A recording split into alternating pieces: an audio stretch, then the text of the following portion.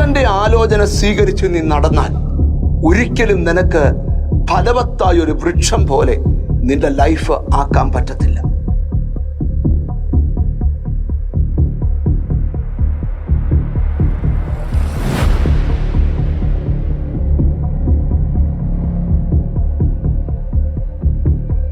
ഇന്നത്തെ തിരുവചന ചിന്തയ്ക്ക് ആധാരമായി 1-ാം സങ്കീർത്തനം അതിന് 3-ാമത്തെ വാക്യം, ആറ്റരികത്ത് നട്ടിരിക്കുന്നതും തക്കകാലത്ത് ഫലം കായ്ക്കുന്നതും ഇല വാടാത്തതുമായ വൃക്ഷം പോലെ ഇരിക്കും. ഒരു മനുഷ്യന്റെ ജീവിതം എങ്ങനെയാകണം, അവന്റെ ആത്മീക ജീവിതം എങ്ങനെയാകണമെന്ന് സങ്കീർത്തനക്കാരൻ വെളിപ്പെടുത്തുക. ആറ്റരികത്ത് നട്ടിരിക്കുന്നതും തക്കകാലത്ത് ഫലം കായ്ക്കുന്നതും ഇല വാടാത്തതുമായ വൃക്ഷം പോലെ ഇരിക്കണം.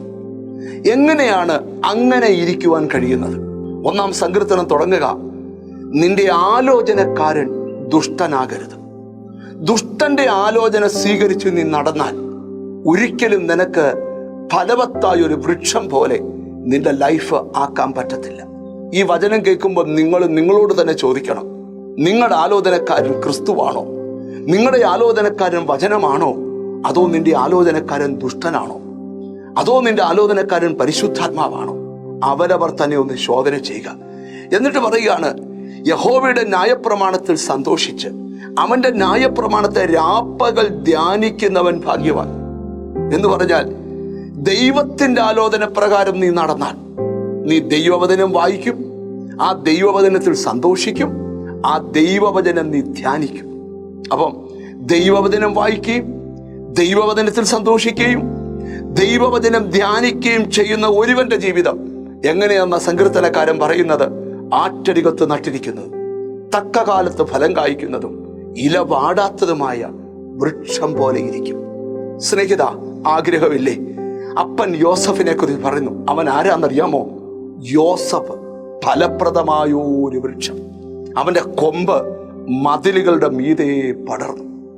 ആഗ്രഹമില്ലേ ലൈഫിൽ ഇല കൊഴിഞ്ഞ വൃക്ഷം പോലെയും വാടിക്കരിഞ്ഞ വൃക്ഷം പോലെയും ജീവിതത്തില് എല്ലാം നഷ്ടപ്പെട്ടവനെ പോലെ ജീവിക്കാതെ ആറ്റരികത്ത് നട്ടിരിക്കുന്നതും തക്കകാലത്ത് ഫലം കായ്ക്കുന്നതും ഇല വാടാത്തതുമായ വൃക്ഷം പോലെ നീ ദേശത്തായിരിക്കണമെന്ന് ആഗ്രഹിക്കുന്നുണ്ടോ?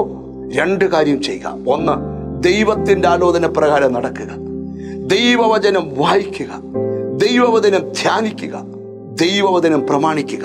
നിന്റെ ദേശത്ത് നീ ഒരു അത്ഭുതമായി മാറും. അതെങ്ങനെയാന്ന് ഒന്നുകൂടെ കേട്ടെ.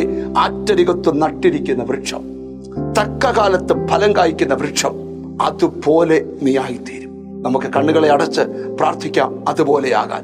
ഞങ്ങളുടെ കർത്താവേ, സ്വർഗസ്ഥ പിതാവേ, എന്നോട് ചേർന്ന് പ്രാർത്ഥിക്കുന്ന മക്കൾക്ക് വേണ്ടി പ്രാർത്ഥിക്കുന്നു. അവരുടെ ജീവിതം ആത്മീക ഫലവത്തുള്ളതായി മാറാൻ പ്രാർത്ഥിക്കുക. അവർ അങ്ങയുടെ ആലോചന സ്വീകരിച്ച് ജീവിക്കാൻ, അങ്ങയുടെ വചനം വായിച്ചുകൊണ്ട് ജീവിക്കുവാൻ, അങ്ങയുടെ വചനം ധ്യാനിച്ചുകൊണ്ട് ജീവിക്കുവാൻ, അങ്ങയുടെ വചനത്തിൽ സന്തോഷിച്ച് ജീവിക്കുവാൻ നിന്റെ മക്കൾക്ക് കൃപ കൊടുക്കണം.